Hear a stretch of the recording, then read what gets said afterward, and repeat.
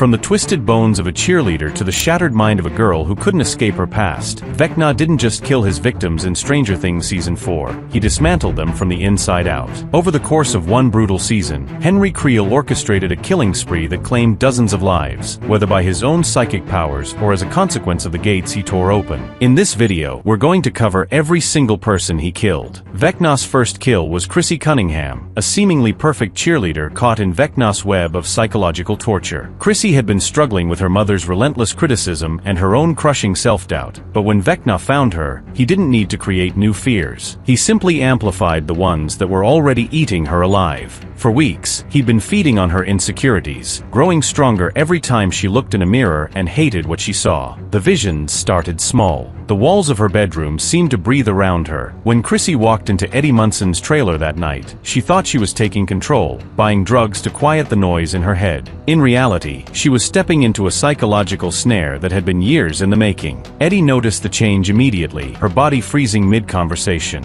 He called her name. In her mind, the trailer had dissolved into a nightmare realm of dead vines and frozen clock faces. Her body lifted into the air in the real world while Eddie scrambled backward, panic flooding his voice. Then came the sound that would haunt him forever.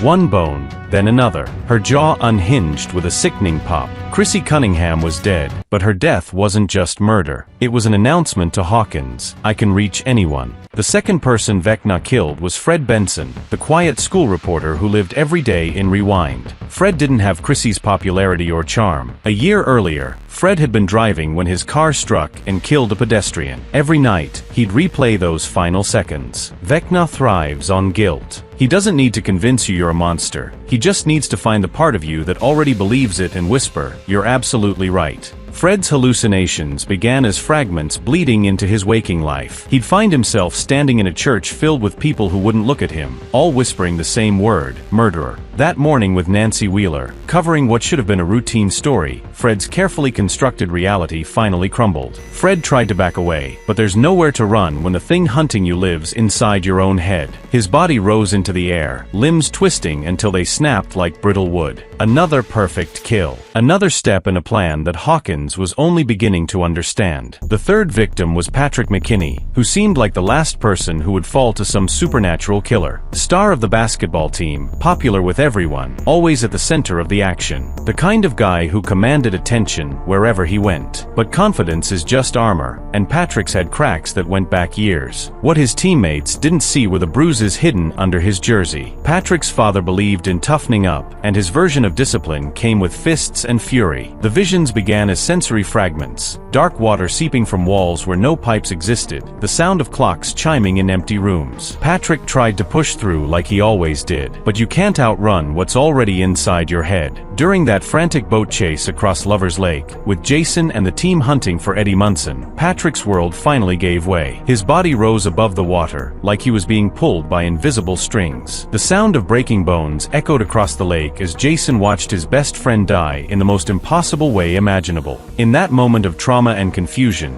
Jason's mind made the only connection it could handle. Eddie Munson had to be responsible. The truth, that something far worse was hunting them, was too big, too impossible to process. Sometimes we choose the lie that lets us sleep at night over the truth that keeps us awake forever. But Vecna's next target was different. Max Mayfield wasn't just another victim. She was the one who figured out the pattern, who saw the trap closing around her, and who decided to fight back anyway. Max had been haunted by Billy's death for months. Not just by grief, but by the complexity of mourning someone you'd both loved and hated. Billy had protected her and terrorized her. His death had devastated her and freed her. The guilt of feeling relief was eating her alive, one sleepless night at a time. She'd started writing letters, not suicide notes, but something sadder. Final conversations with people she'd stopped believing she deserved to keep. Chrissy, Fred, Patrick, all broken, all guilty, all perfect prey for something that fed on pain. She knew her name was next on the list. But here's what separated Max from the others. When she realized she was being hunted, she decided to run toward the danger instead of away from it. When Max visited Chrissy's grave, she was conducting reconnaissance. If she was going to die, she wanted to understand how. If there was a fight coming, she wanted to see it coming. The worst part was that it knew exactly what to say to destroy her. Every cruel word, every moment of resentment, every flash of relief she'd felt when the mind flayer finally took him. It all came pouring out like poison from a wound. But Max had something the others didn't. Friends who'd figured out the lifeline.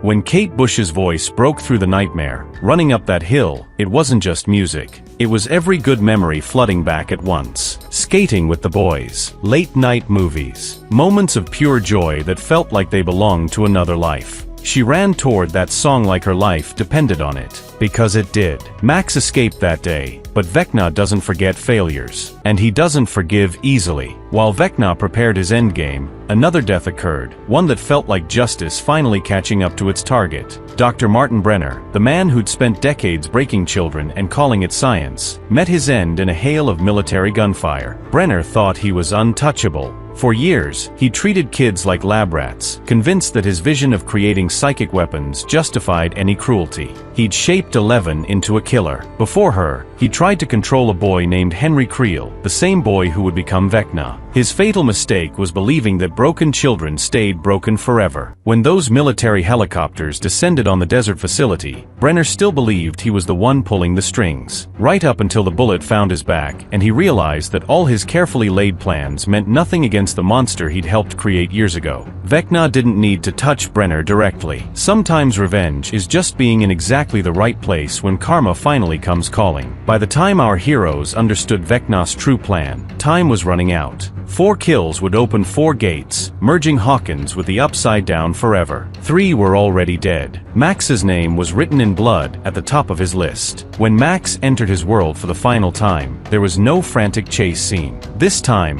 Vecna took his time, savoring every moment as he peeled away her defenses layer by layer. And when he was finished breaking her mind, he broke her body. 467 seconds, Max Mayfield was dead. Her heart stopped. Her limbs snapped. Blood ran from her eyes as Lucas held her lifeless body and screamed her name. But 67 seconds was enough. Even as 11 fought for miles away to restart Max's heart, dragging her back from whatever dark place she'd gone, the damage was already done. 4 deaths, Chrissy, Fred, Patrick, and Max, if only for a minute. 4 gates tearing reality apart at the seams. The ground beneath Hawkins cracked open like an egg, revealing a wound that would never heal. What followed wasn't just property damage, it was a massacre. Buildings collapsed. Fires erupted from the earth itself. Cars were swallowed whole. Dozens of innocent people died that night. None of them had heard mysterious clocks or seen impossible visions. They died simply because they were in the wrong place when Vecna's plan reached its climax. Their names were never spoken. Their stories were never told. But they mattered just as much as anyone else who fell to Vecna's hunger. Max survived, but not in any way that mattered. Her body lies in a hospital bed, machines keeping her breathing, bones slowly healing in casts from head to toe. Vecna didn't just break her body. He shattered her mind, scattering the pieces somewhere even 11 can't follow. And somewhere in the darkness between life and death.